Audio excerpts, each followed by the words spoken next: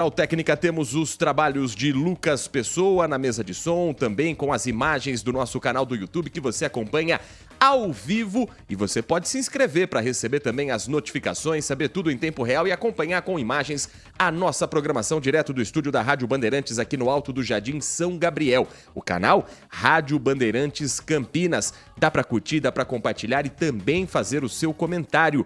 A gente também está no AM 1170, FM 85.7 e pelas plataformas digitais, o aplicativo Bandplay com todas as rádios do Grupo Bandeirantes e o portal bandmulti.com com notícias em tempo real do que acontece também pertinho da gente. Hoje, dia 25 de julho de 2023, Campinas nesse momento, temperaturas altas para um período de inverno, os termômetros segundo o CEPAGRE da Unicamp marcando 22 graus e meio. Região metropolitana amanheceu na casa dos 14 graus, segundo os dados da estação meteorológica do CEPAGRE, e o tempo segue firme, quente e seco na região pelos próximos dias. Vai alternar período de céu claro com o céu parcialmente nublado, principalmente à tarde, mas não há expectativa de chuva. A expectativa, sim, é de umidade relativa do ar baixa, na casa dos 30% ou até menos, até quinta-feira. Quando a umidade relativa do ar está assim, nós precisamos tomar alguns cuidados com a nossa saúde. E o repórter Igor Calian vai trazer algumas dessas dicas que os especialistas sempre passam para o período de tempo seco, Igor. E olha, o principal de tudo, dicas simples, tá? Que dá para todo mundo fazer, que são dicas repassadas pelos especialistas. Vou começar com a mais importante, que é tomar bastante água. Hidratação nessa época do ano é extremamente fundamental, com cuidado especial com crianças e idosos. Vira e mexe ao longo do dia, tem que estar tomando água. A segunda dica é umidificador de ar nos ambientes da casa. Quarto, sala, cozinha, se não tiver umidificador, tudo bem, uma toalha molhada dentro da bacia já resolve o problema, não vai atrapalhar nada. E a terceira dica, e não menos importante, é para quem faz atividade física ao ar livre, evitar os horários mais quentes, e aí eu estou falando das 11 da manhã até as 3 da tarde. A umidade relativa do ar vai bater na casa dos 30% em algumas regiões do país. Isso é muito pouco, pode fazer mal à saúde, principalmente problemas respiratórios. Vai ser assim aqui em São Paulo. A situação só começa a mudar lá para quinta-feira, com a chegada de uma frente fria. Eu volto com vocês. Obrigado, Igor Calian. E para o motorista que está nos acompanhando pelas estradas, Sistema Anhanguera Bandeirantes hoje com alguns pontos de lentidão na pista sentido capital. Na Anhanguera, o motorista tem um trecho com lentidão entre os quilômetros 61 e 60, na passagem pela cidade de Jundiaí, entroncamento com a Dom Gabriel, que também está congestionada. Na pista sentido Itatiba, o motorista tem 2 quilômetros de lentidão entre os KMs 64 e 62. E na outra pista, sentido Sorocaba, sentido também as cidades de Itupeva, quem vai até Itu, Salto, tem 2 quilômetros de lentidão entre os KMs 62 e 64. Na chegada à capital paulista, pela Anhanguera, 1 quilômetro de lentidão. Se você está nesse momento na estrada, está a caminho de São Paulo, a melhor opção é a rodovia dos Bandeirantes. Não há pontos de congestionamento, apenas a lentidão típica do horário na chegada à capital paulista, mas nada fora do normal, nada que atrapalhe a vida do motorista nesse momento. Já na SP-340, a concessionária Renovias informa que o trânsito está fluindo bem pela Campinas-Mogi, nos trechos que passam pelo nosso interior de São Paulo. Lembrando que durante a madrugada há um trabalho de troca do pavimento, de recapeamento, mas nesse momento a obra é suspensa. Então quem passa por Jaguariúna, por Mogi Guaçu, Mogi Mirim, não tem dificuldades nesse momento, o trânsito vai fluindo bem. Já no corredor Dom Pedro, a atenção é sempre voltada para as obras que estão sendo realizadas e devem seguir ainda pelas próximas semanas no anel viário Magalhães Teixeira. Trânsito carregado por conta da troca do pavimento que hoje está sendo feita no quilômetro 11, na pista sentido Dom Pedro. Quem chega a Campinas é quem sente os reflexos dessa lentidão de cerca de 1 quilômetro. A faixa da direita está interditada, o trânsito está fluindo apenas pela faixa da esquerda e a concessionária está realizando a operação Fluidez. Em momentos de pico, de maior intensidade no trânsito, o acostamento também é liberado. Então quem passa por ali vai ver que há cones que estão isolando a faixa, tanto para quem está na pista à esquerda quanto para quem está no acostamento. Isso dá mais fluidez, mas não significa que o trânsito não fique carregado. Está fluindo, mas está fluindo com uma certa lentidão. E ainda falando sobre o corredor Dom Pedro, hoje tem uma ação que acontece no trecho da rodovia que passa por Valinhos. É a Parada Legal. A Rota das Bandeiras está oferecendo aos caminhoneiros serviços gratuitos no posto Dom Pedro, que fica no quilômetro 124. Até às 3 horas da tarde, os motoristas vão poder fazer teste de hepatite, de glicemia, de pressão e a avaliação bucal. Também haverá troca de lâmpadas dentro do caminhão e o corte de cabelo, ação realizada na manhã desta terça-feira, que segue até às 3 horas da tarde. 10h03, conosco no nosso giro de informações com opinião e prestação de serviços, o jornalista Tiago Prudente. Bom dia, Tiago. Bom dia, Heitor, aos ouvintes da Rádio Bandeirantes, nesta terça-feira. Uma informação para quem utiliza o transporte público, já se programar, porque a partir de amanhã tem mudança na linha 244, que é a linha Vila Teixeira Shopping Dom Pedro. O itinerário será alterado no Jardim Licina, região da Vila Teixeira. Uma medida programada pela INDEC para viabilizar a alternação do ponto inicial e o ponto final da linha, que passa a ser a Rua Mário Nogueira de Almeida. A mudança atende, segundo a INDEC, a um pedido dos moradores. Quem utiliza essa linha, no sentido Shopping Dom Pedro, vai partir da Mário Nogueira de Almeida, seguindo pelo Antônio Rodrigues de Carvalho e mudando a rota atual. Para orientar os usuários, cartazes informativos foram fixados dentro dos ônibus. Se você utiliza essa linha e ficou com dúvidas, pode entrar em contato pelo telefone 118, que é o Fale Conosco da INDEC. E tem ouvinte falando sobre mudança de uma outra linha em Campinas, que essa não está sendo bem recebida assim pelos usuários. O Carlos, morador da Vila União, nos escreve pelo 97102-1493 que a linha 153, terminal Vila União até a rodoviária, teve uma alteração no ponto de parada e, na opinião dele e de outras pessoas que utilizam essa linha, ficou muito ruim para os passageiros. Antes, o desembarque era na Rua Doutor Ricardo, em frente ao terminal metropolitano. Agora, o ônibus está parando na esquina da Rua Doutor Ricardo com a Doutor Mascarenhas e deveria, na opinião dele, voltar a parar no antigo ponto que ele considera mais prático para os passageiros. Você também pode participar com a gente, trazer a sua reclamação, a sua informação do que acontece pertinho da sua casa, no seu caminho para o trabalho, pelo nosso WhatsApp e, claro, trazer a sua opinião sobre os assuntos que nós vamos destacar até às 11h30 da manhã, 97102-1493. Para a gente começar trazendo notícias também da nossa região, antes de entrarmos no cenário político nacional, a Polícia Civil em Campinas investiga a morte de 3 pessoas em um chamado rolezinho de motos que aconteceu no último final de semana.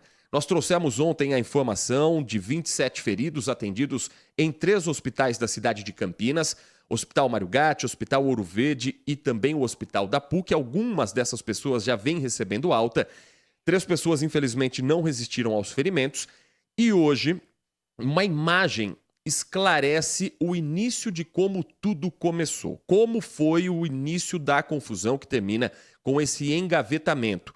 Um dos motociclistas envolvidos na batida, ele estava com uma câmera acoplada ao capacete e nós dizíamos, isso pode ajudar demais a entender a dinâmica.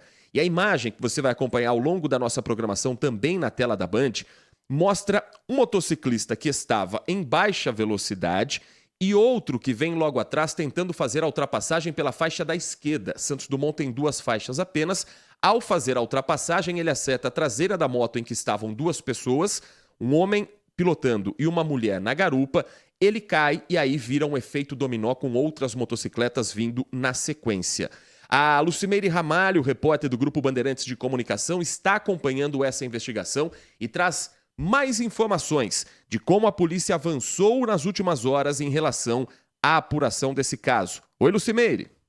Oi, Oi, Heitor. A Polícia Civil de Campinas, o setor de inteligência, trabalha desde o fim de semana para chegar aos envolvidos, as pessoas que marcaram esse rolezinho, esse encontro de mortos aí, que terminou, infelizmente, com a morte de 3 pessoas na madrugada do último sábado aqui na cidade de Campinas. Imagens de câmeras de segurança por onde o grupo passou e também multas que possam ter sido geradas por esses motociclistas vão ajudar nessas investigações para chegar até os envolvidos e principalmente para quem projetou tudo isso, organizou esse encontro que infelizmente terminou dessa maneira trágica. Então a polícia trabalha justamente em cima disso. A Guarda Municipal, viu, Heitor, informou pra gente por meio de nota que assim que ficou sabendo desse rolezinho na madrugada do último sábado, tentou agir, conseguiu dispersar alguns motociclistas, mas a ação era muito maior. Então infelizmente não foi possível conter todos esses motociclistas que continuaram nesse passeio que infelizmente terminou dessa maneira trágica. A gente lembra então, né, que o acidente aconteceu ali próximo ao quilômetro 72 da rodovia Santos Dumont, sentido Indaiatuba, próximo ao SESI. Foi nesse momento que, segundo a Polícia Militar Rodoviária, alguns motociclistas perderam o controle e acabaram batendo ali entre si. E aí, infelizmente, esses 3 acabaram morrendo e outras 27 pessoas ficaram feridas. Foram socorridas para os hospitais Mário Gatti, Ouro Verde e também o Hospital PUC Campinas. Entre os mortos, 2 homens e uma mulher, um homem de 19 anos, outro de 26 e uma mulher de 33 anos que foram sepultados no fim de semana. Então agora a polícia continua nessa investigação para saber quem são essas pessoas essas que passaram por vários bairros da cidade de Campinas, buzinando, também acelerando os motores. Muita gente colocou que ouviu essa passagem deles por vários bairros da cidade de Campinas. Um grupo, inclusive, teria saído da Vila Castelo Branco, então agora segue essa investigação. E ainda segundo a Guarda Municipal, viu, Heitor, eles passaram uma informação, né, até uma dica, para que as pessoas não participem desse tipo de evento, porque são muitas motos e há o risco, sim, de acontecer um acidente igual aconteceu esse no fim de semana. Então fica também aí a informação, a dica da Guarda Municipal. A gente continua acompanhando tudo por aqui, qualquer informação nova, a gente volta aí para passar para você, Heitor. Eu volto.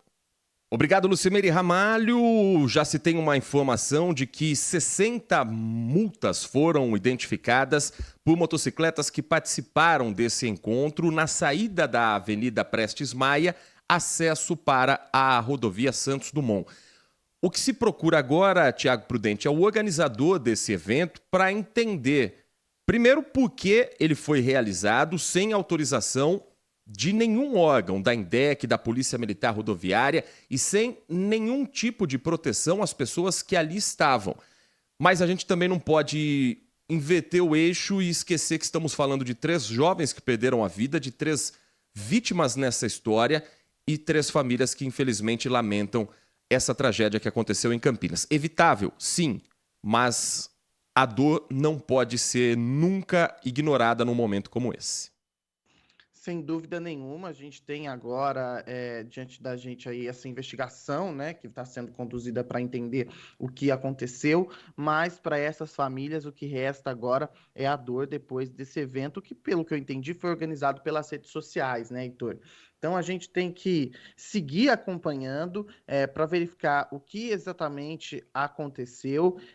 No dia que esse rolezinho aconteceu, eu recebi várias imagens, estava tentando entender o que estava acontecendo, se era algum evento, algo planejado na cidade. No dia que aconteceu, muitas imagens circularam pelas redes sociais, pelo WhatsApp.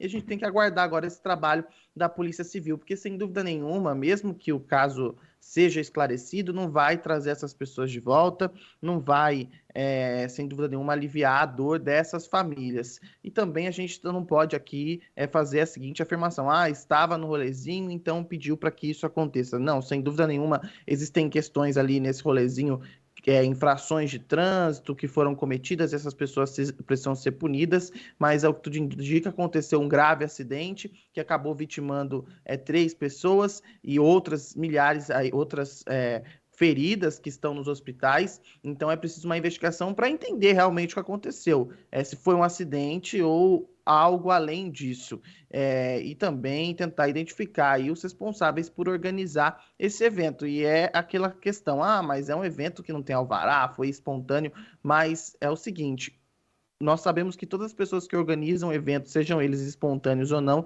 acabam tendo responsabilidade sobre eles, independentemente do tipo de evento. E agora a gente aguarda esse trabalho da polícia, né, Heitor? Sem dúvida nenhuma, 10 da manhã e 12 minutos. E olha, para a gente também trazer informações atualizadas de casos que nós acompanhamos ontem, tem novidades sobre a investigação da morte da ex-vereadora Marielle Franco e também do ex-motorista Anderson Gomes, assassinados no Rio de Janeiro. Preso na operação da Polícia Federal e do Ministério Público do Estado do Rio de Janeiro por suspeita de envolvimento na morte da vereadora Marielle Franco e do motorista Anderson Gomes, o ex-bombeiro Maxwell Simões Correia, conhecido como Suel, deve ser transferido para um presídio de segurança máxima fora do estado por representar risco às investigações. A decisão foi tomada pela 4ª Vara Criminal do Rio de Janeiro, que concluiu que as provas apresentadas pelo Ministério Público apontam a ligação do ex-bombeiro no caso. Até a transferência, ele deve ficar no presídio de Bangu 1.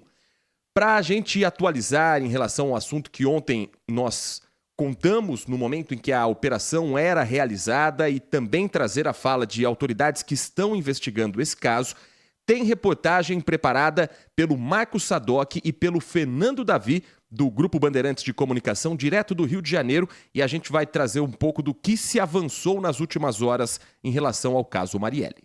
Cria da favela da Maré, a socióloga Marielle Franco tinha 38 anos quando foi eleita a 5ª vereadora mais votada do Rio de Janeiro. Não serei interrompida, não aturo o interrompimento dos vereadores desta casa. 14 de março de 2018. Marielle voltava de um evento na Lapa quando o carro dela foi emboscado, na região central do Rio. Os executores Rony Lessa e Elcio de Queiroz foram presos um ano depois, mas a força-tarefa do Ministério Público e Polícia Civil não conseguiu descobrir quem foi o mandante. Já são 5 anos sem saber, e nesses 5 anos a gente lidou com mudança no comando da investigação, tentativas de obstrução. Maxwell Simões Correia, o Suel, ex-militar do Corpo de Bombeiros do Rio de Janeiro, foi preso pela Polícia Federal e por agentes do Ministério Público do Rio, em casa, no Recreio. Foram 2 horas de buscas na residência de alto padrão. A operação dessa segunda-feira foi deflagrada depois do acordo de delação premiada de Elcio Queiroz, preso desde 2019. Na delação premiada, Elcio Queiroz confessou que Rony Lessa atirou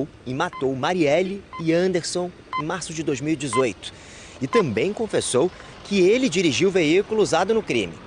Aos investigadores, no acordo firmado e já homologado pela Justiça, Elcio também disse que foi o ex-bombeiro militar preso hoje que seguiu os passos de Marielle pouco antes do homicídio. O delegado da PF, Guilhermo, pergunta se ele sabia que iria assassinar a vereadora quando encontrou Rony Lessa em março de 2018. Elcio respondeu, sabia, mas ele não falou com essas palavras de executar e tal, só falou que era um trabalho. Segundo o Elcio, o Rony teria confidenciado para ele que numa outra oportunidade ele teria tido uma chance para já em data pretérita executar o crime, e o carro teria apresentado algum problema. O inquérito, que já teve 5 delegados diferentes, já estava com mais de 15 mil páginas quando o caso foi federalizado no início do ano, passando a ficar sob a responsabilidade da Polícia Federal. A investigação agora se conclui em relação ao patamar da execução e há elementos para um novo patamar,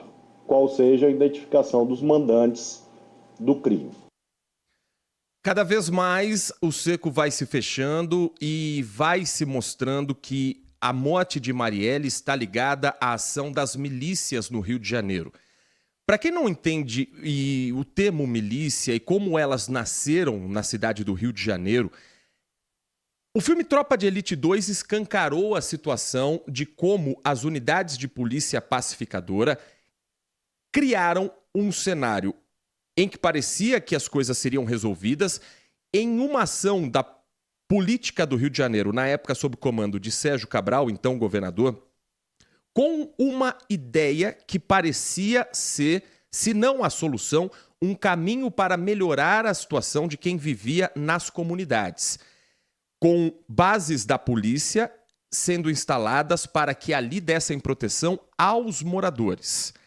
Mais ou menos como a única favela pacificada do Rio de Janeiro que fica no pé da base do BOP, do Batalhão de Operações da Polícia Especial do Rio de Janeiro. A intenção era que, com a presença policial, a população tivesse mais proteção e se sentisse mais segura para ir e vir da casa para o trabalho, do trabalho para casa.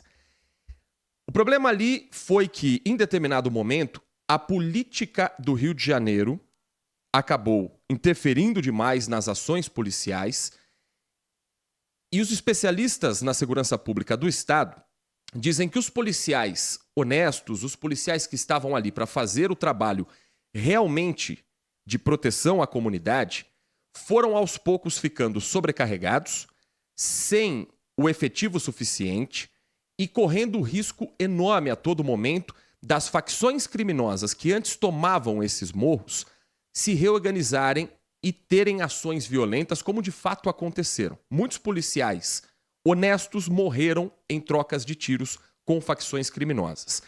E a milícia nasce dos policiais corruptos, desonestos e criminosos que entenderam uma brecha a partir do momento em que a facção criminosa é retirada dessas comunidades, desses policiais criarem um poder paralelo.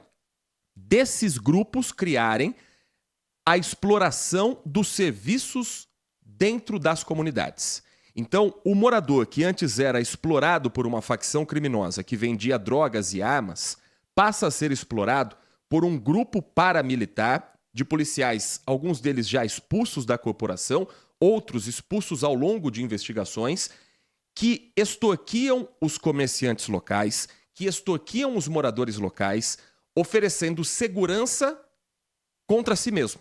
Então, para você se sentir seguro e não ser atacado pela própria milícia, o morador tinha que pagar, o comerciante tinha que dar uma parcela para essa milícia e a exploração começa a ser feita através de serviços como gás, como TV a cabo, como internet e como a ação de ir e vir dentro da própria comunidade. O que se investiga agora é como esse grupo paramilitar ou esses grupos paramilitares estão ligados à morte de uma parlamentar que fazia esse tipo de denúncia para a qual ela foi eleita. Quinta vereadora mais votada do Rio de Janeiro, tinha como uma das bandeiras apresentar as denúncias passadas por moradores, por organizações comunitárias, desses crimes e dessas extorsões contra os moradores. E aí me vem a grande pergunta que eu estou fazendo desde ontem. A quem interessa não investigar isso? Porque começou uma onda, muitas delas por fanatismo político, outras por interesses ainda não declarados, de pessoas que querem jogar a investigação para debaixo do tapete, ou, no mínimo, diminuir a gravidade do que foi esse crime. A quem interessa não investigar quem mandou matar Marielle e Anderson? Essa é uma questão que, para mim, é o ponto principal da história, Thiago Prudente.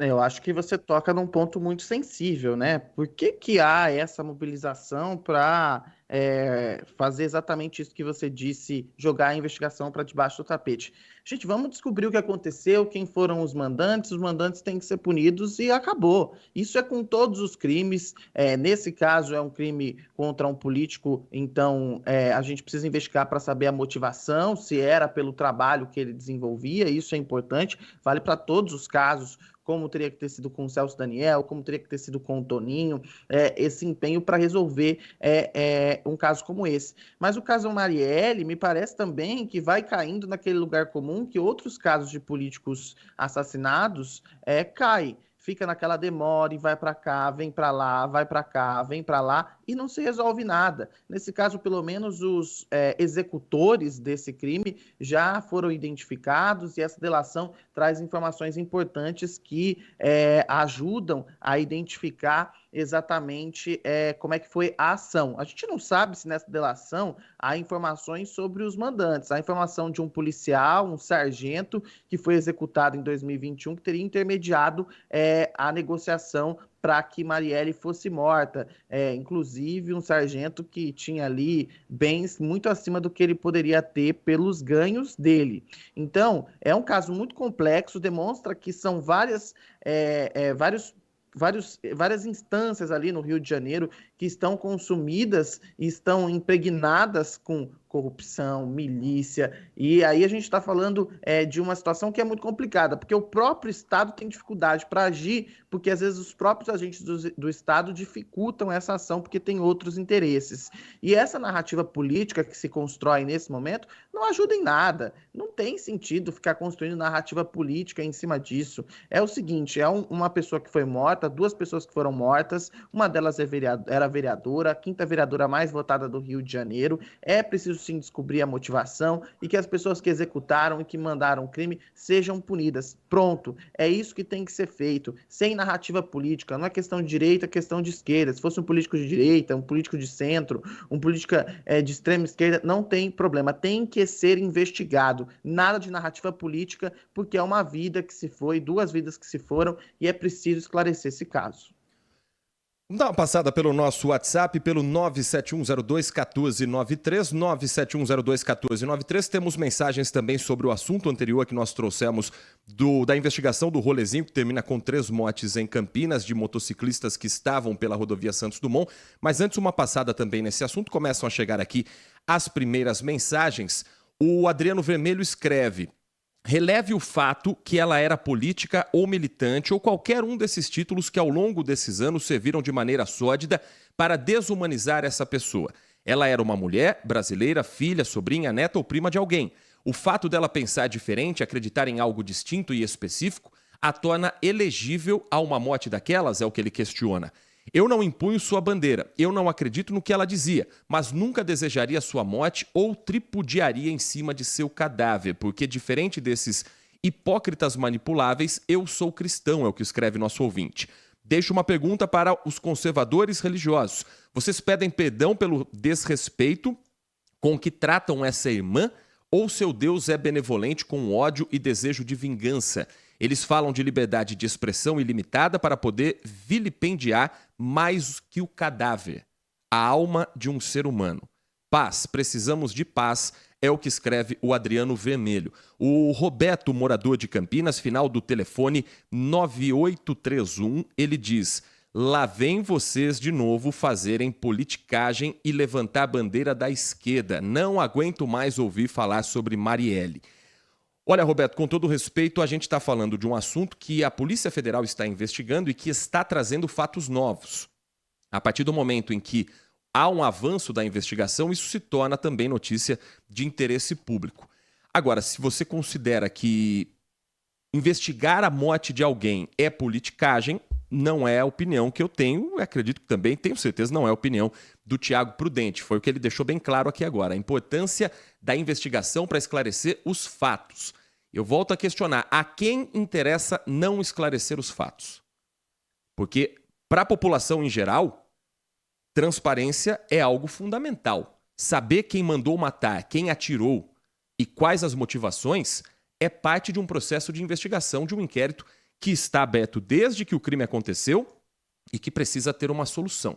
Então, é a partir disso que nós também estamos trazendo todas essas informações. Sobre os assuntos anteriores, tem mensagem de áudio chegando também pelo 971021493. Bom dia, aqui é o Micael. Bom dia a todos, amigos. A gente para de julgar esse rolezinho aí. Aconteceu essa tragédia, infelizmente.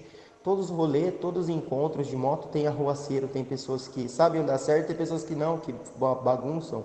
E a gente não pode jogar esse rolezinho, a gente não pode julgar porque o Bolsonaro, ele fazia esses motociatas, parava rodovias, parava avenidas de grandes cidades, andava sem capacete, ninguém falava nada, e motos de alta cilindrada, ninguém falava nada. Agora essa rapaziada vem fazer seu rolezinho aí e acontece essa tragédia, Walter Senna julga,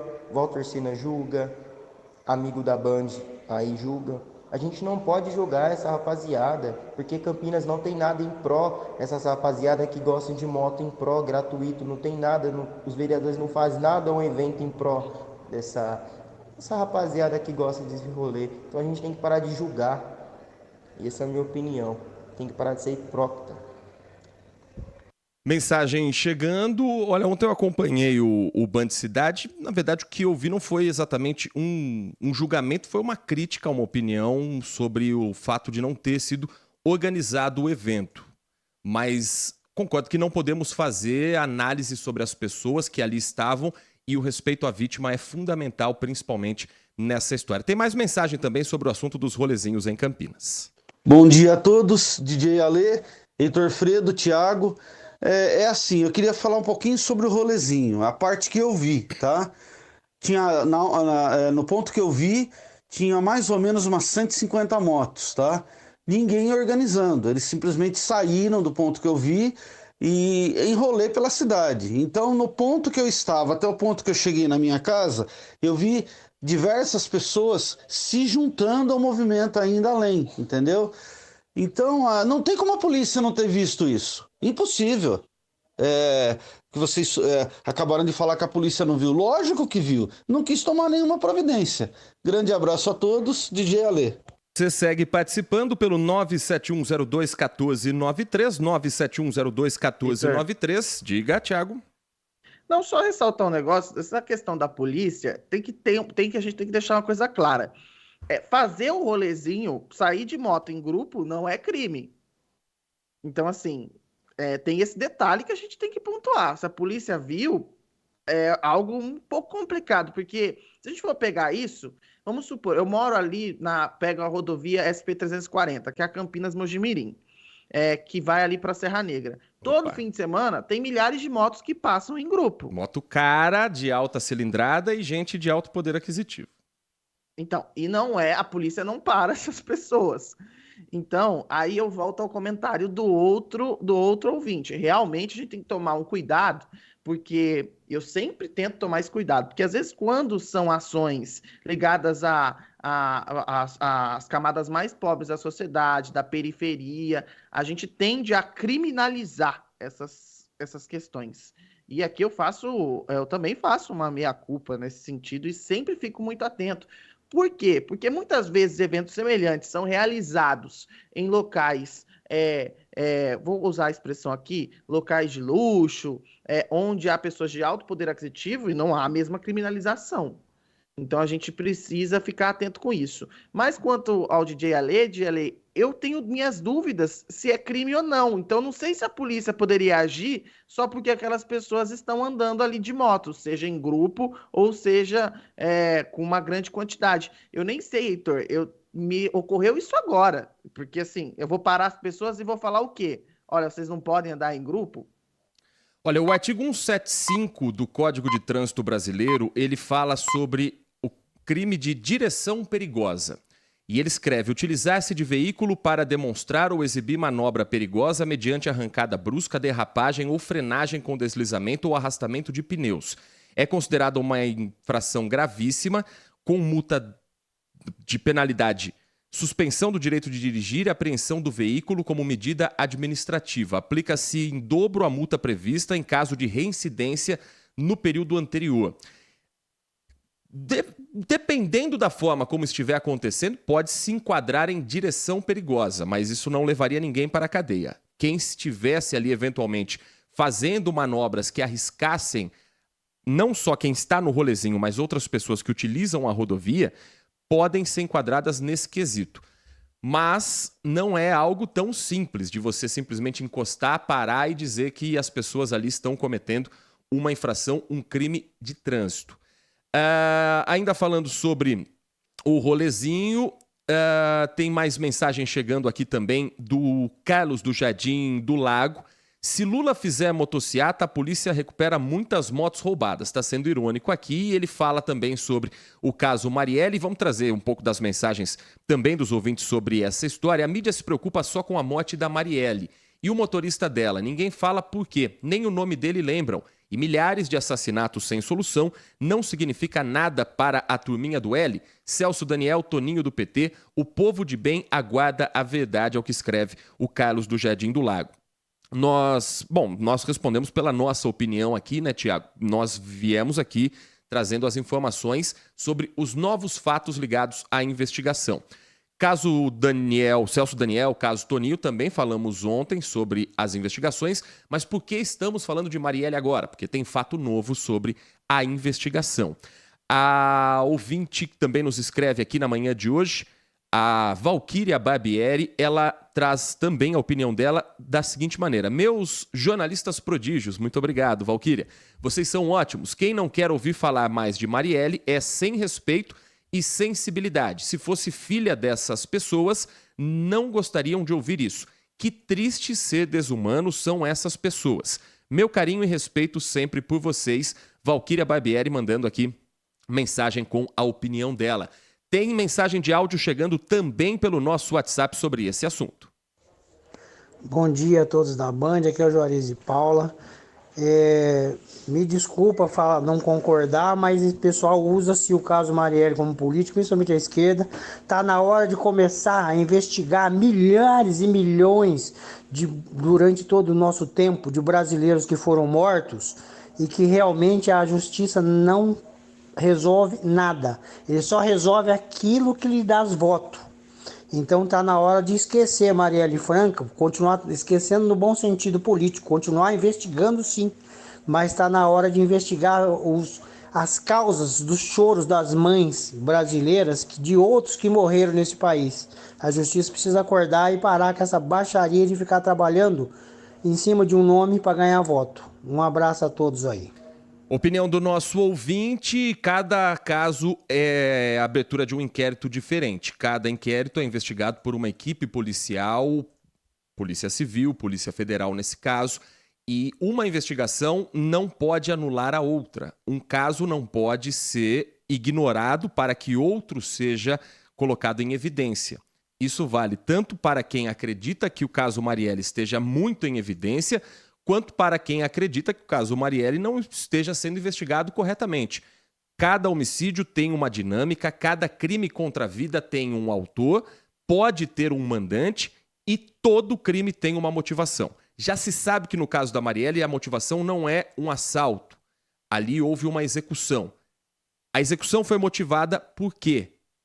Por quem executou ou por quem mandou executar? É esse o ponto da investigação. É essa questão. Daí a fazer questões políticas é uma outra situação. Mas o que eu vejo é um incômodo dessa investigação estar acontecendo. E enquanto as investigações tiverem fatos novos, nós seguiremos trazendo as informações aqui para o nosso ouvinte. Tiago. Olha, é muito simples. Se a investigação tivesse sido feita de forma séria desde o começo, a gente não estava falando sobre isso agora. Sabe por quê?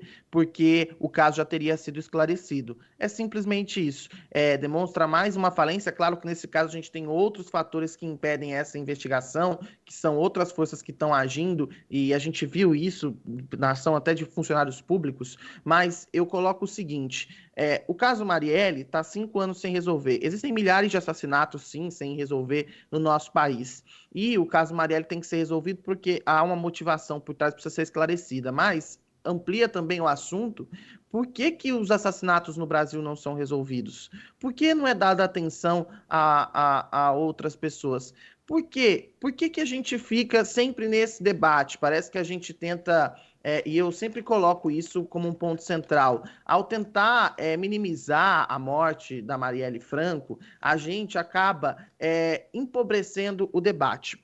Primeiro a gente precisa entender o que significa a morte dela e depois a gente consegue ampliar o assunto de forma racional, que é entender falhas no nosso sistema, falhas que são graves, falhas que estão aí e ninguém trabalha para resolver, falhas na investigação, falhas no investimento na polícia. E quando eu falo investimento na polícia, gente, é o seguinte: hoje os governos do estado investem pesado nas polícias militares, mas a polícia civil, que faz a investigação, que é onde consegue desmantelar, infelizmente não tem o mesmo investimento. Isso precisa ser revisto.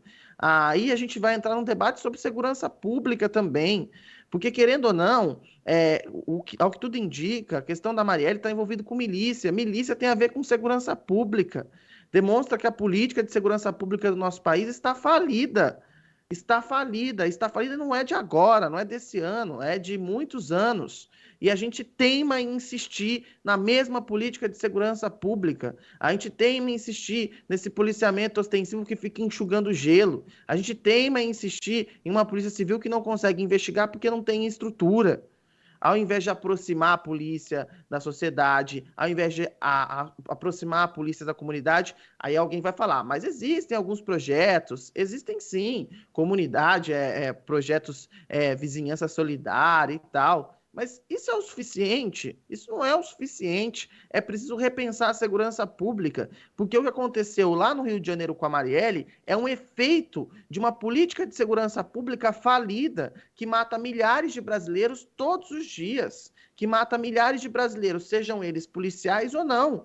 Por quê? Milhares de policiais morrem, milhares de pessoas inocentes morrem. A gente tem que colocar isso na ponta do lápis. Milhares de pessoas inocentes são presas.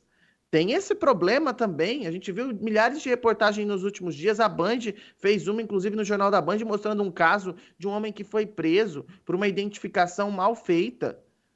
Então, é preciso atenção, e quando eu falo isso é muito sério, porque atinge principalmente a população preta desse país. E aí pode atingir qualquer um que está nos ouvindo agora. Então a gente fica tapando o sol com a peneira,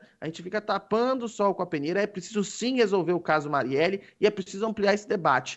A política de segurança pública do nosso país faliu, e faliu faz tempo, e a gente fica insistindo nessa situação, sendo que já demonstrou que não há resultados. Porque se houvesse, a gente não ia ficar nessa gangorra. Não sei se o Heitor concorda comigo, os números de segurança pública subiu, cai um pouquinho, aí sobe de novo, cai outro pouquinho, sobe de novo. A gente quer solução, e para ter solução é preciso pensar uma política de longo prazo. Não é uma política para amanhã, porque não vai resolver amanhã, é uma política de longo prazo. O Instituto Sou da Paz divulgou no ano passado, mais precisamente em agosto de 2022, um levantamento em todo o país que aponta de cada 10 homicídios realizados no Brasil, praticados no país, em apenas 4, um suspeito é identificado e levado à justiça. Estamos falando de um índice de 40%. É um número muito baixo de esclarecimento, e aí você tem uma série de fatores. O principal deles é a falta de investimento na Polícia Civil como um todo. A Polícia Civil, ela exige tempo para trabalhar, condições de trabalho e pessoas, equipes. São equipes cada vez mais cultas que estão tendo que elucidar muitos casos. Quando você fala de uma questão como a investigação de Marielle voltar à tona, eu até entendo, em parte, o discurso de e os outros casos que não são solucionados. Mas muito cuidado com esse discurso, porque ele pode estar sendo usado justamente para criar uma cortina de fumaça sobre quem tem interesse que o caso não seja investigado. Então, muita atenção com essas ondas que às vezes chegam e que tocam como uma questão política, algo que nesse caso não deve ser político, deve ser de investigação da área de segurança pública. E para a gente fechar aqui também com a participação do nosso ouvinte, o Eduardo Moraes, da Vila Padre Anchieta, escreve: o caso Marielle representa a voz de uma grande população que votou nela e foi calada com o assassinato. Quero as respostas, sim, é o que escreve o Eduardo Moraes, da Vila Padre Anchieta. Você continua participando conosco pelo 97102-1493. Opiniões sempre muito bem-vindas. Toda opinião divergente, toda crítica sempre muito bem recebida aqui também pelo nosso Manhã Bandeirantes, que faz um rápido intervalo e na volta tem novidade sobre o depoimento de Alexandre de Moraes, ministro do Supremo Tribunal Federal, que falou à PF, à Polícia Federal, a versão dele sobre a suposta agressão sofrida no aeroporto de Roma, na Itália. A gente vai saber mais com a equipe de reportagem da Band do que foi falado nesse depoimento, logo depois do intervalo. Este é o Manhã Bandeirantes. Consumidor, muitas vezes, a qualidade do combustível que você coloca no tanque do seu veículo pode ser tão diferente quanto o preço que você paga por ele. Por isso, procure abastecer em postos de sua confiança e exija sempre o cupom fiscal. É seu direito e a sua garantia.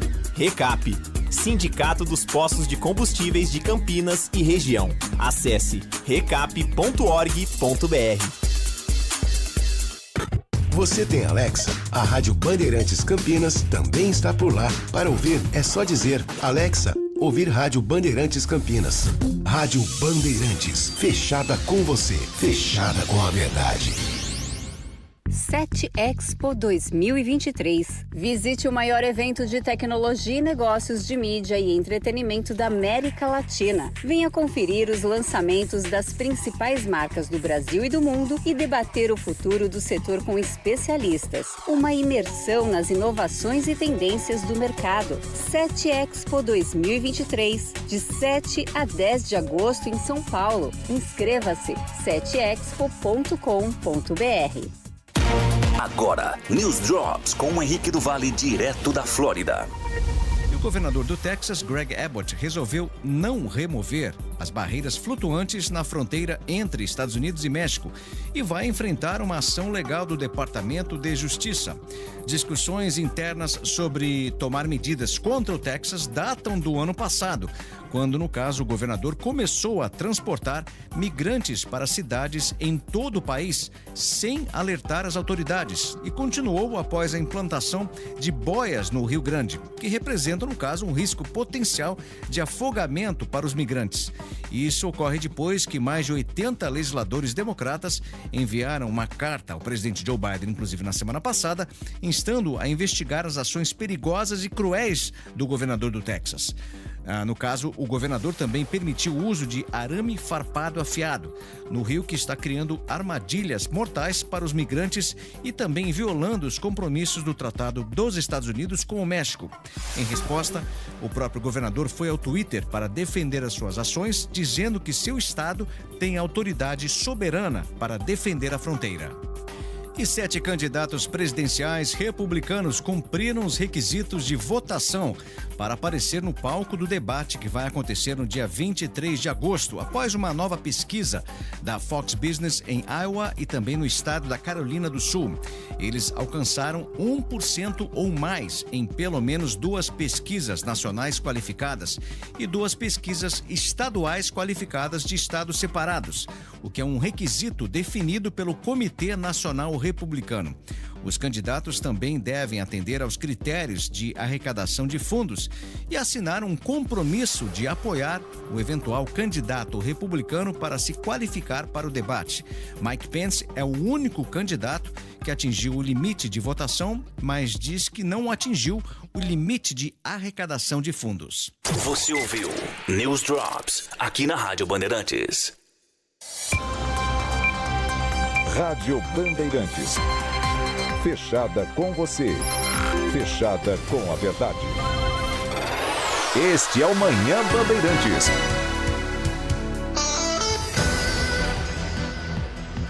Dez horas da manhã, 44 minutos. Estamos de volta com o Manhã Bandeirantes. A Arquidiocese de Campinas afastou um padre que está sendo acusado por injúria racial. Caso que tramita na primeira vara criminal, uma denúncia que foi feita pelo Ministério Público e que teve a nota publicada e assinada pela Arquidiocese de Campinas. Você que está nos acompanhando pelo YouTube da Rádio Bandeirantes Campinas, tem a nota, inclusive, na tela neste momento, que determina a frase seguinte: considerando indícios de verossimilhança da denúncia apresentada em desfavor ao padre Silvio Sá de Teste, sacerdote do nosso clero diocesano, sobre suposta comissão de prática incompatível com seu estado de vida, é feito o anúncio do afastamento dele. No texto que você consegue ler com clareza, tem inclusive a assinatura do Dom João Inácio Miller, arcebispo metropolitano de Campinas, e também do padre Emerson de Almeida Amaral, chanceler do arcebispado. O que aconteceu, segundo a investigação que segue por parte da Justiça após denúncia do Ministério Público, foram atos de racismo por parte do padre contra um manobrista de um estacionamento que, inclusive, foi entrevistado ontem pela equipe de jornalismo da IPTV, que trouxe alguns relatos sobre o que foi falado. O manobrista tem 57 anos, o caso aconteceu em setembro do ano passado. Ele contou que estava no estacionamento de um banco. Os clientes são orientados a deixar as chaves do veículo com a equipe no período, então ele faz a manobra e o padre teria se incomodado com isso. O sacerdote demonstrava contrariedade e teria dito a seguinte frase, segundo a vítima: Por isso que eu não gosto de negro, seu petista, e aí a sequência é um palavrão. Ainda teria sido dita a frase: sai da minha frente, seu macaco. Uma outra confusão ou um outro crime teria sido cometido também de racismo dentro da agência bancária contra uma atendente do banco. Esses casos, de outubro do ano passado, chegaram à arquidiocese, que agora decidiram pelo afastamento. Sobre esse assunto, o ouvinte Edmilson nos escreve: não sei se vocês entraram nesse caso, mas o que acharam do padre que foi afastado por, e aí ele escreve, entre aspas, suspeita de injúria racial, que teria xingado vítimas de macaco e negrinho. Até agora, ele só foi afastado. E se fosse com uma autoridade, qual seria a tratativa desse padre? Provas de injúria racial não faltam. Sabe que o crime de injúria racial ele teve uma mudança na lei recentemente, porque a punição para a injúria racial ela era muito menor do que a punição para o crime de racismo. Qual é a diferença legal da injúria racial para o racismo? A injúria racial seria você atingir a pessoa pela condição da pele. Então, você atacar o indivíduo por ele ser da cor preta. O racismo, você ataca uma coletividade dizendo que você não gosta das pessoas dessa cor. É uma linha absurdamente tênue que fez com que muita gente passasse despercebida nos casos, porque, deixa eu até pesquisar aqui, a pena para injúria racial e a pena para o crime de racismo. A pena para injúria racial é reclusão de 2 a 5 anos e a proibição de frequência por 3 anos a locais destinados. Isso aqui está mais ligado também aos casos de racismo. Então isso aqui é o Tribunal de Justiça Desportiva. Mas a pena é passível de pagamento de fiança pela injúria racial. De racismo, não. Então a nova mudança da lei enquadra esse ataque à pessoa, ao indivíduo, no crime de racismo, com mais transparência e facilidade para o esclarecimento. Esse caso tem que ser muito bem investigado, tem que ser muito bem colocado para a sociedade, porque não é por ser um padre que a pessoa está acima de qualquer lei e, mais do que isso, acima de qualquer questão de caráter que precisa ser também muito bem colocada numa situação como essa, Tiago. Precisa ser investigado. A igreja afastou o padre como uma questão preventiva, e eu acho que essa é a melhor atitude, até que tudo seja julgado, né? Eu acho que esse é importante, é um passo importante nesse momento. Então, quando tudo for julgado, e se o padre for condenado, eu acho que a igreja tem que continuar com esse processo, porque ele precisa ser punido também dentro da esfera da igreja, uma vez que é um sacerdote. E assim, é o que você disse, injúria racial hoje é equiparada ao crime de racismo. Então, as punições são diferentes. E é muito triste a gente ver uma situação como essa, qualquer ato de injúria racial, racismo, é muito triste, e ainda mais quando vem de uma pessoa que é para ser ali um exemplo, que muitas pessoas têm como um exemplo de amor, que traz ali toda aquela proteção para muitas pessoas. Então é muito triste mesmo, e eu espero que o caso seja investigado e que assim que a investigação seja concluída, que a igreja, a gente tem que sempre levantar aqui, a igreja é uma instituição séria, então a gente precisa pontuar isso, e que a igreja dê continuidade a esse processo, se ele for considerado aí culpado, e aí eu já não sei que processo seria esse, a excomungação, a perda do sacerdócio, mas que ele precisa também ser punido pela igreja, porque sem dúvida nenhuma, não é isso que o cristianismo prega. A questão aqui também envolvendo a lei é que ela foi alterada em janeiro deste ano. E essas falas estão sendo investigadas de outubro do ano passado. Então, ainda não se enquadra na nova lei o caso específico desse padre, desse sacerdote.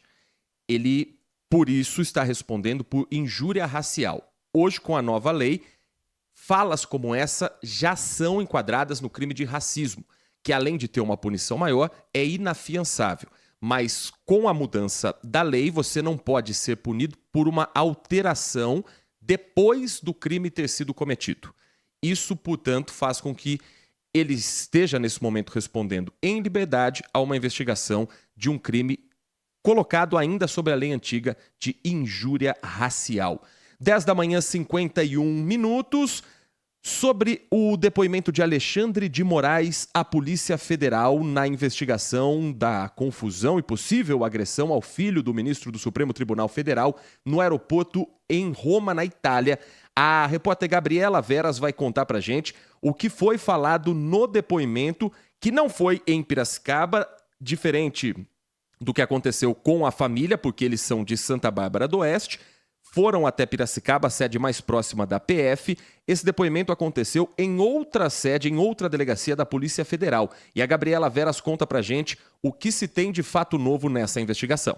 Bom dia a todos que estão aqui na nossa companhia. Pois é, o ministro Alexandre de Moraes, a esposa, a mulher dele e os 3 filhos do ministro prestaram depoimento na tarde de ontem, para a Polícia Federal, exatamente naquela apuração sobre as agressões, hostilidades sofridas pelo ministro e sua família no Aeroporto Internacional de Roma no fim de semana passado, Se nesse último, no outro, e aí eles prestaram depoimento exatamente respeitando mais um passo dado aí pela investigação. Vale lembrar que, de acordo com o próprio Ministério da Justiça e Segurança Pública, Flávio Dino, que pediu lá no começo, para que essa apuração fosse feita, para que esse inquérito fosse instaurado ali na Polícia Federal, uma versão inicial dos fatos, já tinha sido dada ali pelo ministro Alexandre de Moraes, só que eles prestaram um depoimento novamente ontem, alegando exatamente essas agressões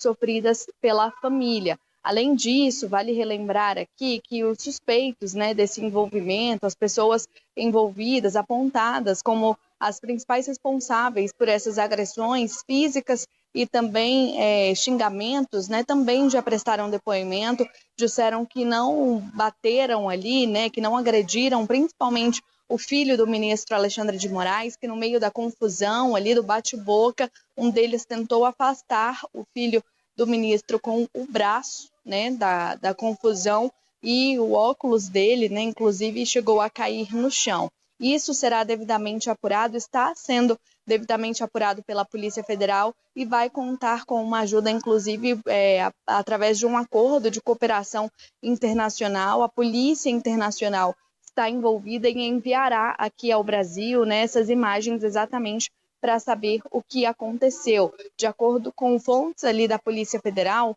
as imagens iniciais demonstram que essa agressão de fato aconteceu. Ainda não se sabe o que foi, se foi ali de fato um soco, um tapa, enfim, esse detalhamento ainda não aconteceu, mas de acordo com essa fonte da Polícia Federal, os nossos colegas aqui da Band conseguiram apurar essa agressão, principalmente ao filho do ministro Alexandre de Moraes, de fato aconteceu, e esse depoimento do ministro e sua família ontem, mais um passo dado aí para a Polícia Federal desvendar e fechar toda essa investigação, todo esse ciclo de denúncia. Volto com você.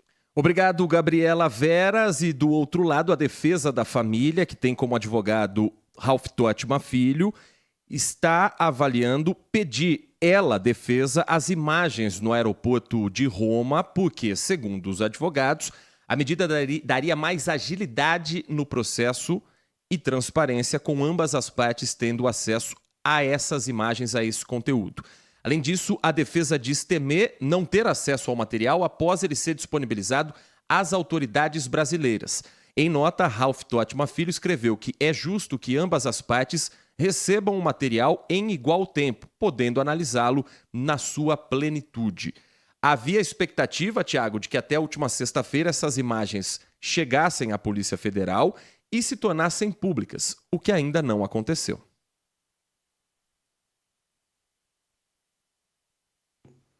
A gente fica diante dessa situação porque o que acontece? Sem as imagens, o que a gente tem aí é uma briga de versões.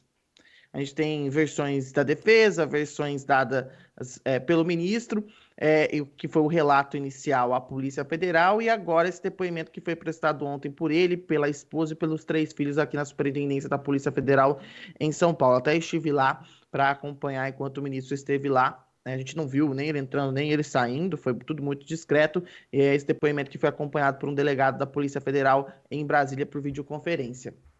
Mas o que tem agora, e eu acho que é importantíssimo, é a chegada das imagens. A defesa e a acusação já deram aí as suas versões sobre os fatos, e agora a Polícia Federal, com as imagens em mãos, vai conseguir falar, olha, quem estava falando a verdade. Ou existem exageros de um lado ou de outro. E é isso, a imagem precisa chegar, e a imagem chegando, a gente coloca um ponto final nesse caso, a imagem vai mostrar o que aconteceu, e se houve mesmo uma hostilidade, uma agressão, essas pessoas vão ser processadas, se não houve também, elas podem processar as pessoas que as acusaram, e assim segue sem nenhum tipo de problema. Mas enquanto essas imagens não chegarem, Heitor, a gente vai ficar nesse eterno debate aqui do que aconteceu. Ouvinte participa conosco pelo 97102-1493. Bom dia novamente, Everson Macedo aqui de Ribeirão. Agora com relação ao Alexandre de Moraes, isso é um absurdo, né, cara? Houve um desentendimento lá, não importa por causa de uma sala VIP, empurra e tal. Beleza, existem leis para isso. Agora, a partir daí, isso ensejar uma busca e apreensão na casa das pessoas, esse forfé todo que esse Alexandre... O Alexandre de Moraes pensa que é quem? Ele acha que o Estado brasileiro, o Estado democrático de direito, o país Brasil está a serviço dele? Que quando acontece alguma coisa com ele, ele vai lá e usa todo o aparato da polícia, todo o aparato da justiça para julgar, condenar, investigar? Não é assim. Isso aí acontece. Acontece em Cuba, na Venezuela, na Nicarágua, né? Mas lá é a democracia relativa, né? Que acontece lá, não é ditadura, é democracia relativa. Aqui ainda não chegamos nesse ponto, ou já, né? Só queria ser avisado aí. 10h58, Manhã Bandeirantes vai para um rápido intervalo e na volta tem operação da Polícia Federal em Campinas no combate ao armazenamento e distribuição de pornografia infantil.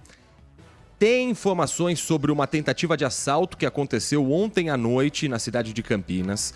E tem ainda a reabertura do Mercadão, agora funcionando na parte externa, do lado de fora, mas já com algumas reclamações de clientes e permissionários. A gente vai falar sobre isso logo depois do intervalo. Você está ouvindo Manhã Bandeirantes. Oferecimento. Recap, Sindicato dos Postos de Combustíveis de Campinas e Região. Acesse recap.org.br.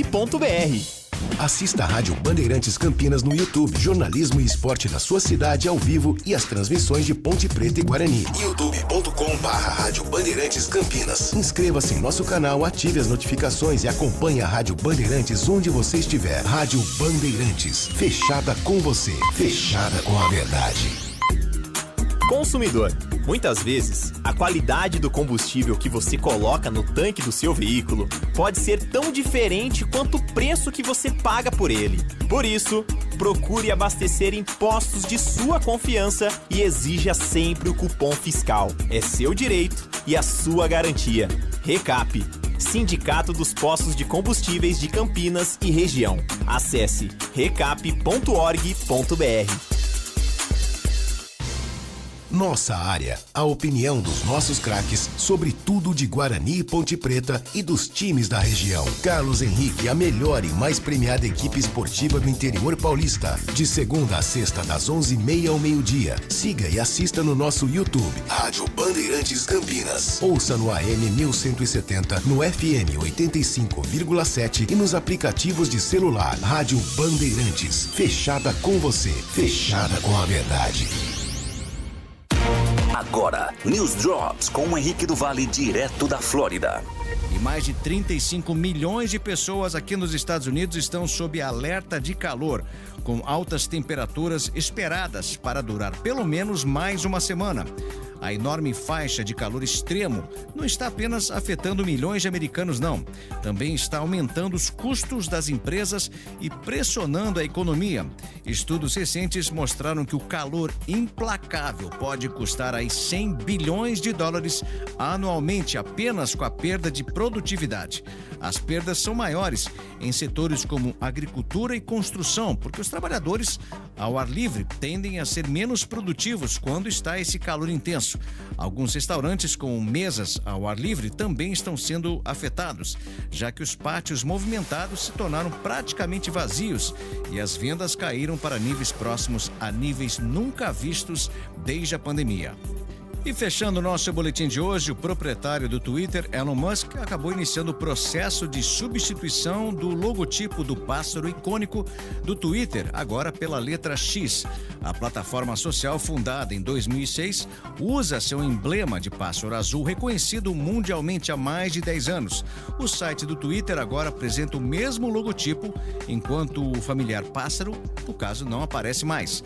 A mudança de nome pode ser vista como uma reformulação da marca Hail Mary para a empresa à beira da falência. Musk, inclusive, revelou este mês que a plataforma ainda tem um fluxo de caixa negativo devido a uma queda de 50% na receita de publicidade e pesadas cargas de dívida.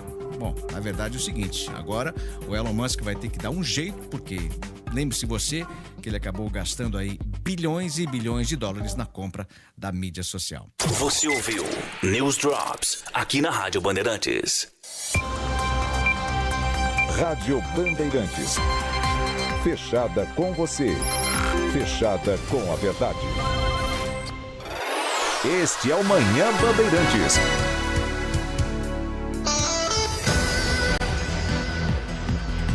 Agora são 11 horas da manhã, 3 minutos. Campinas registrou uma cena de violência na noite de ontem, durante uma tentativa de assalto na região do bairro Nova Campinas, mais especificamente na rua Jorge José Fará.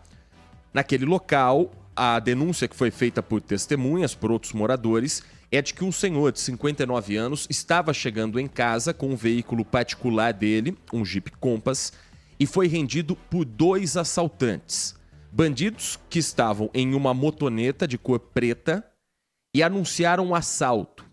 Não se sabe ainda se eles queriam levar o carro da vítima ou utilizar o morador como isca para entrar na residência e fazer a família toda refém. Há uma imagem de câmera de monitoramento que mostra que essa vítima não reagiu. Tem aquele susto de quem de repente está chegando em casa, dia longo de trabalho, tem uma arma apontada para a cara. E foi o suficiente para que um dos bandidos atirasse contra essa vítima. Os criminosos fugiram sem levar nada na direção do bairro Paranapanema, onde buscas foram feitas após o crime ter sido registrado. O morador levou o tiro no ombro, a bala acertou o ombro desse senhor, que foi levado e segue hospitalizado no Hospital Mário Gatti, em Campinas. Nossa torcida pela pronta recuperação e para uma investigação que chegue aos autores dessa tentativa de latrocínio. Até o momento, ninguém foi preso, mas a polícia já tem imagens que podem ajudar nessas investigações. O ouvinte Bruno Henrique nos escreve sobre isso. Bom dia, Heitor Fredo, Tiago Prudente. Essa tentativa de latrocínio no bairro Nova Campinas não acontece só no Nova Campinas. Escapa para outros bairros, porque a bandidagem está, infelizmente, espalhada em diferentes regiões da cidade de Campinas. Caso que nós estamos acompanhando também com o jornalismo da Band, vamos trazer novidades ao longo da programação. 13h tem o Acontece com Gustavo Gimenez, 16h o Brasil Urgente, que eu apresento, e às 6:50 o Walter Sena comanda o Band Cidade. Ainda sobre as mensagens, muita gente participando, quero agradecer a todos que estão com a gente na manhã de hoje. Tem mensagem chegando aqui do Nelson Eugênio nos acompanhando. Obrigado, Nelson Eugênio, pelas mensagens, pelas informações. A mensagem que chega do Andy, ouvinte, está sempre com a gente aqui, final do telefone 7327. Ele traz um print de uma reportagem do portal O Antagonista, que diz: Lula diz que não derrotou os bolsonaristas. Abre aspas, os malucos estão na rua. O que vocês acham sobre essa fala do Lula? Ela foi feita, Andy, no final de semana, no último domingo, na sede do Sindicato dos Metalúrgicos do ABC, no estado de São Paulo, quando o Lula esteve lá por conta do evento Sindimetal ABC, que dava posse à nova diretoria. A frase completa é: derrubamos o Bolsonaro, mas não os bolsonaristas ainda. Os malucos estão nas ruas ofendendo e xingando as pessoas. Nós vamos dizer a eles que queremos que esse país volte a ser civilizado, que as pessoas não têm que se gostar, mas se respeitar. Nesse ponto as pessoas não têm que se gostar, mas se respeitar, eu concordo plenamente com o que diz o presidente. A fala como um todo, ela tem um teor político já com cara de preparação para as próximas eleições municipais, num primeiro momento, que ainda estará essa eleição inserida na disputa Bolsonaro e Lula de 2022, e já preparando um terreno para as eleições de 2026, em que Bolsonaro não será candidato, está inelegível, mas terá uma grande parcela da população no voto de quem ele apoiar. Lula já disse anteriormente que não seria candidato, o que pode mudar com o passar do mandato, mas também terá, obviamente, um candidato da máquina. O que me parece é que essa fala é para não deixar morrer esse sentimento nós contra eles, que também acontece do outro lado e que não me parece que vai acabar tão cedo na política brasileira. Embora o mais saudável para todos nós, para nossa saúde mental, seria o Brasil virar essa página e começar um novo caminho com um novo tipo de política. Mas isso não vai acontecer da noite para o dia, a gente não vai ser também ingênuo de achar que essa disputa tão polarizada vai simplesmente terminar. Agora, como presidente da República, ele precisa mais, claro, focar e priorizar no que é mandato do que no que é campanha para os próximos anos, Thiago. Acho que você foi certeiro na sua análise, Heitor. É o seguinte, né? Como sempre critiquei falas de Bolsonaro aqui, não tenho problema nenhum em criticar falas do presidente Lula. Ele foi infeliz nessa afirmação, uma vez que ele coloca aí que o bolsonarismo é feito de malucos. Tem muita gente que se comporta assim, não é só no bolsonarismo, a gente também tem que fazer essa ponderação, porque isso também acontece em pessoas que estão ligadas à esquerda, eu já conheci algumas, então é preciso fazer essa ponderação. Por quê? Porque o extremismo não leva a nada, o extremismo só leva ao enfrentamento, não é ao debate. Concordo na parte em que ele diz que é preciso que as pessoas podem sim discordar, mas precisam se respeitar. Então essa fala é infeliz no momento em que acaba acirrando os ânimos. E é isso que a gente não quer. A gente quer que sim, as pessoas tenham o direito de discordar, de pensar diferente, mas que se respeitem. E quando a gente diz isso, derrotamos o Bolsonaro, mas não o bolsonarismo, e existem várias pessoas aí, a gente tem que ponderar que é colocar todo mundo num espectro só, e isso não é o correto, não é esse o caminho, não é esse o caminho para a pacificação, não é esse o caminho para o debate.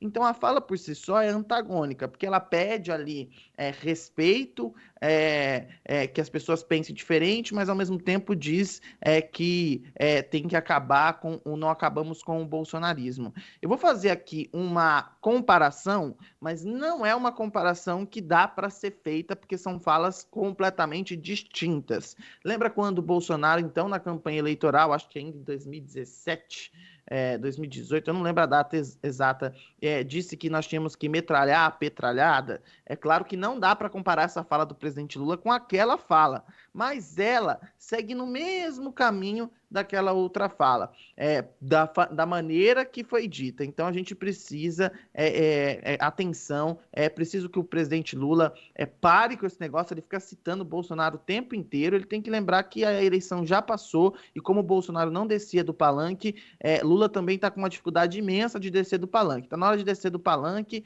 e se focar ali na presidência da República. Mas, como nós temos eleição o ano que vem, e este é um dos grandes problemas, que eu falo que é preciso uma reforma eleitoral, uma reforma política nesse sentido, a gente fica no ano anterior à eleição sempre refém aos discursos políticos. E esse é o grande detalhe, porque é um discurso que vai para a base. Então a gente precisa repensar essa eleição de 2 em 2 anos, os mandatos, reeleição, porque quem sabe assim a gente não fica refém dessa situação, né, Heitor? A polarização é boa para os dois, porque daí eles continuam sendo os protagonistas. Eles continuam sendo as únicas opções para as próximas eleições, sendo candidatos ou não. Então, para eles é bom alimentar essa polarização. E o Andy conclui aqui dizendo que as falas do atual presidente estão sendo tão polêmicas quanto era do presidente anterior.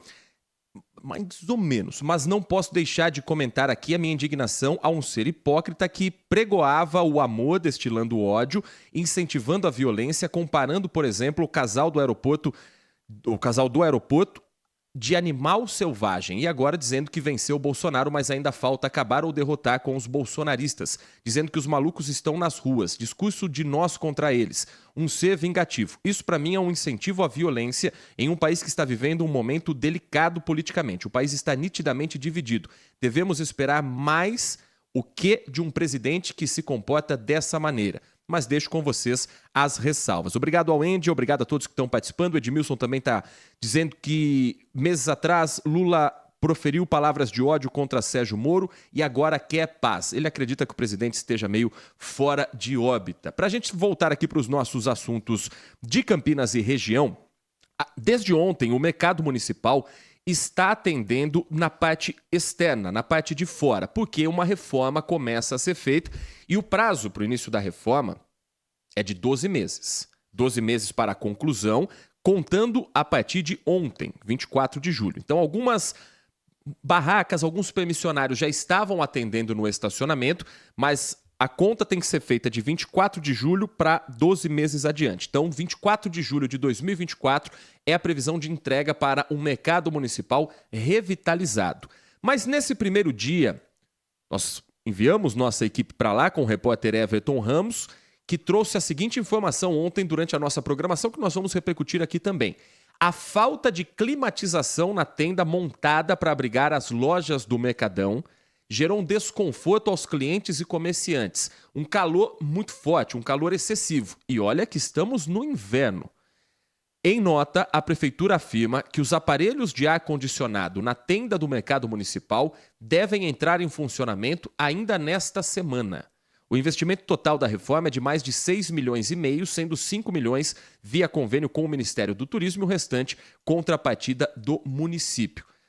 A questão é por que já não instalou antes? Se fez com que o permissionário corresse contra o tempo, no domingo tinha que montar tudo para atender bem segunda-feira. E aí, mais do que a população que vai comprar no Mercadão, é um conforto e questão de saúde para quem está ali trabalhando por horas e fica num local desconfortável em função do calor. E repito, estamos no inverno. Esses aparelhos têm que ser instalados de fato o quanto antes para que o Mercadão não afaste o público.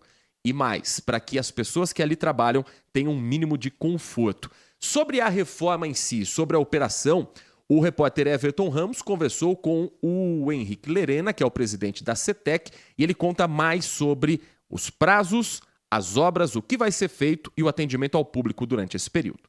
O prazo contratual para a execução das obras são 12 meses. Ele inicia a partir do momento que a CETEC entrega o prédio para a construtora. Então, hoje a gente já entregou, eles amanhã efetivamente já começam a ocupar todo o prédio.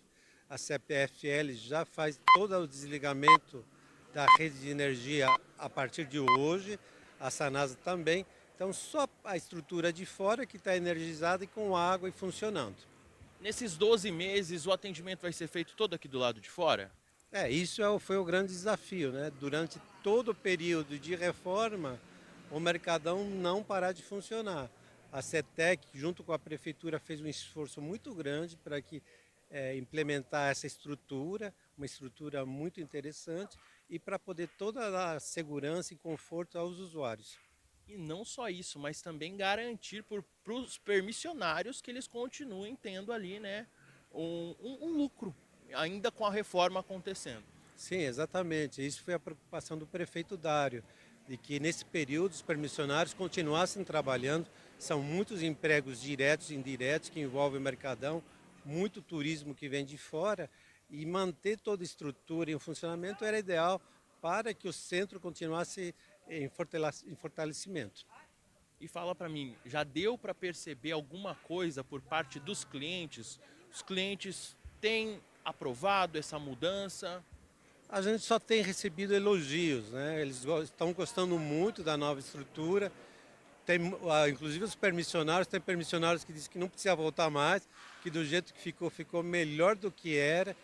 Os usuários têm gostado muito, têm elogiado o trabalho, o conforto, como que essa nova estrutura, Então, inicialmente, todas as manifestações são positivas.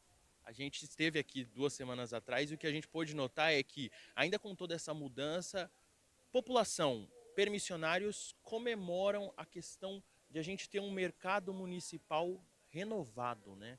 Sim, isso é fundamental, a renovação desse prédio histórico de Campinas, que é o mercado municipal de Campinas, que ele vai ser totalmente restaurado. Novas instalações elétricas, hidráulica, pintura, toda a questão da reforma do prédio. Enfim, vai ser um presente para Campinas. Para finalizar, então, só retomando, o atendimento começa hoje 100% aqui do lado de fora. Obras devem começar na estrutura a partir de amanhã. E durante esses 12 meses, então, o público está mais do que convidado para visitar esse novo espaço. Sim, o funcionamento do Mercadão ele é das 7 às 18 horas, de segunda a sábado, o domingo e feriado dos 7 a meio-dia. Ele funciona normalmente, as pessoas compareçam aqui, vão verificar quanto ficou bonito essa estrutura provisória. Henrique Lerena, presidente da CETEC, falando sobre a reforma no Mercadão, que precisa, segundo ainda muita gente que está utilizando, melhorar a climatização, e há uma questão que o campineiro vai ter que conviver nos próximos meses.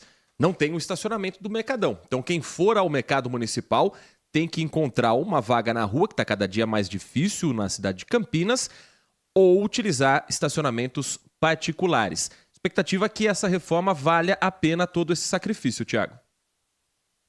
Eu acho que é importante a gente ressaltar isso, é um momento ali de adaptação, de uma reforma que é importante para o mercado municipal, mas a questão ali da ventilação do ar-condicionado é um erro de planejamento, né, gente? Pelo amor de Deus, né? A gente não está falando disso agora, e é preciso ter uma coisa muito clara. Se essa estrutura provisória não for adequada e não tiver ali mínimas condições para que as pessoas estejam ali, os permissionários e também a população para comprar, o público não vai no mercado municipal de Campinas. Então é preciso trazer conforto. Espero que essa solução seja solucionada, que essa questão seja solucionada o mais rápido possível, porque é muito importante. Ali é o sustento de milhares de pessoas. Então é preciso atenção. Acho a obra necessária. A gente sabe que os transtornos vão ser causados porque toda obra causa transtornos para um benefício futuro. Mas enquanto isso, a estrutura provisória precisa atender bem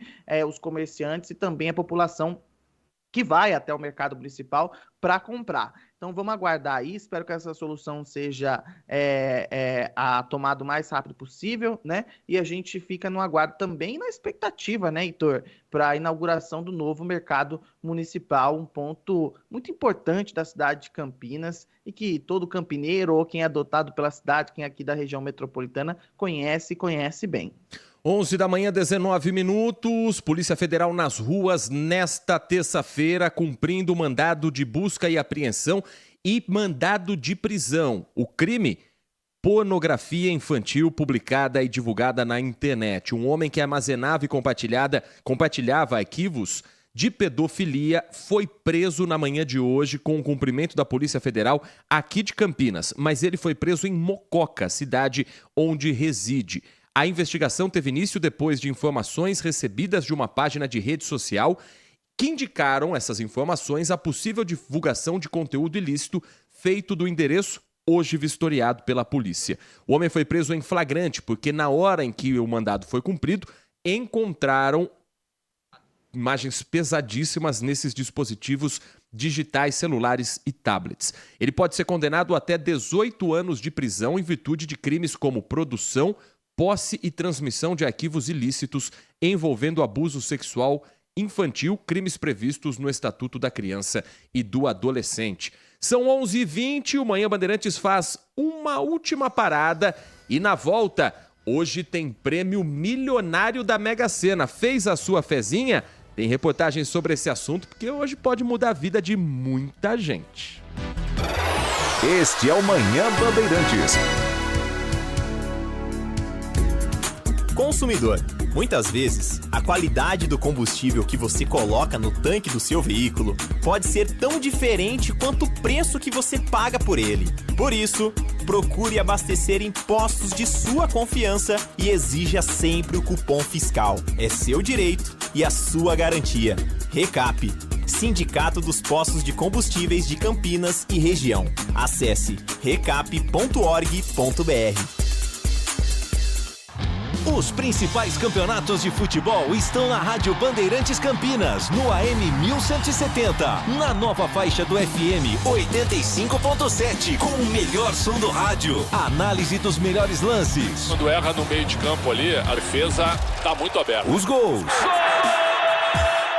Os comentários. Fabinho conseguiu subir, tocou de cabeça. Com a equipe esportiva mais premiada do interior paulista. Ouça também nas plataformas digitais, no YouTube, no site, nos aplicativos Rádio Bandeirantes Campinas, Band Rádios, Band Play e na Alexa. Sintonize e acompanhe tudo sobre Guarani e Ponte Preta. Futebol é com a Bandeirantes. Ampla Aposentadorias é a sua empresa especialista em soluções de benefícios e aposentadorias do INSS. Nossa equipe cuidará de tudo, desde o cálculo do tempo de contribuição até a solicitação eficiente da sua aposentadoria no INSS, sempre buscando a melhor regra e o melhor valor. Com mais de 5 mil clientes satisfeitos, venha conquistar o seu sonho com a Ampla Aposentadorias. Ligue 19 98273 8053 ou 3399 3555, Avenida Norte Sul 575 Térreo, Cambuí. Rádio Bandeirantes. Fechada com você. Fechada com a verdade. Este é o Manhã Bandeirantes. Agora são 11h23. Corre hoje a Mega Sena, hein? Não é na quarta-feira. Hoje vai ter o concurso 2614. É o 14 agora, deixa eu confirmar aqui. 2614, porque o último concurso 2613, que teve o sorteio no último sábado, não teve ninguém acertando as 6 dezenas. Mas não foi só no último, não. Foram 7 sorteios seguidos, acumulando o prêmio que agora chega à casa dos mais de 70 milhões de reais. A repórter Bárbara Guimarães foi às lotéricas de Campinas para saber como o campineiro está planejando, caso ganhe essa bolada, mudar de vida daqui para frente. Viajar para o outro lado do mundo. O que o senhor faria com 70 milhões de reais? Ia pra China. De mala e cuia. Malicuia. Dar aquela força pro time do coração. Eu ajudaria o Corinthians, porque meu time tá feio, tá ruim. Gastar, com certeza, é o primeiro pensamento. Mas guardar e investir pode ser a melhor opção. Só na poupança, essa bolada toda rende quase 500 mil por mês.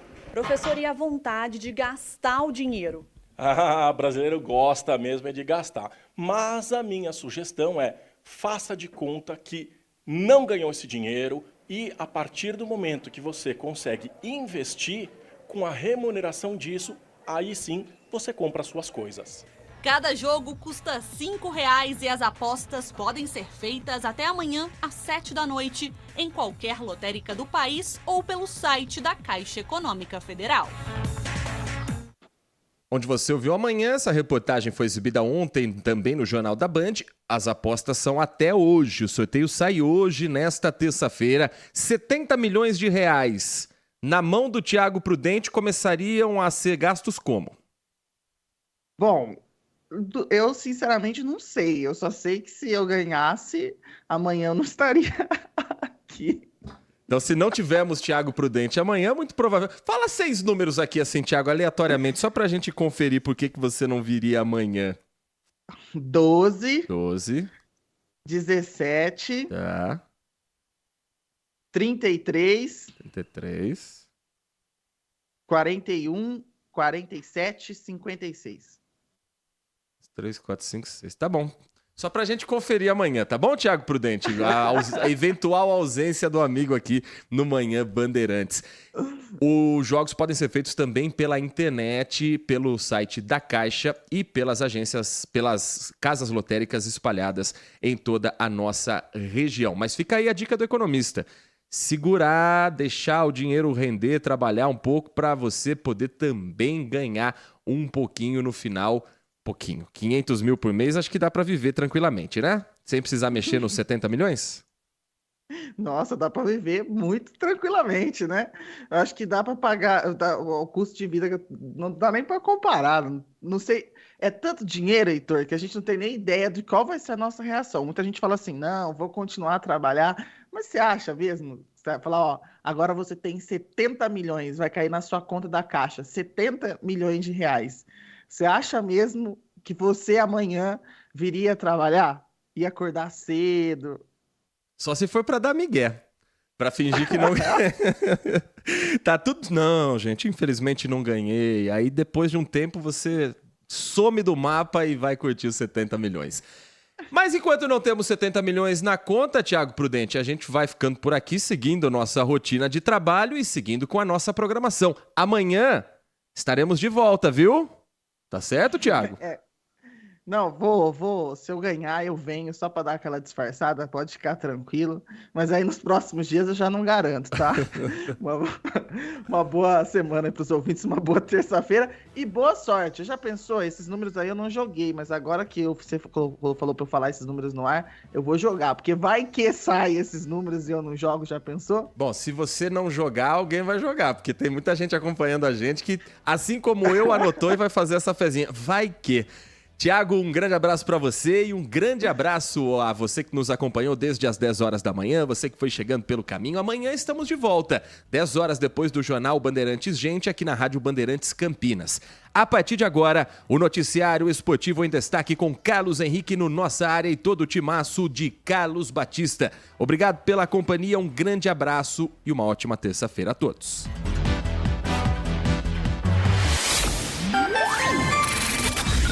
Manhã Bandeirantes. Oferecimento. Recap, Sindicato dos Postos de Combustíveis de Campinas e Região. Acesse recap.org.br.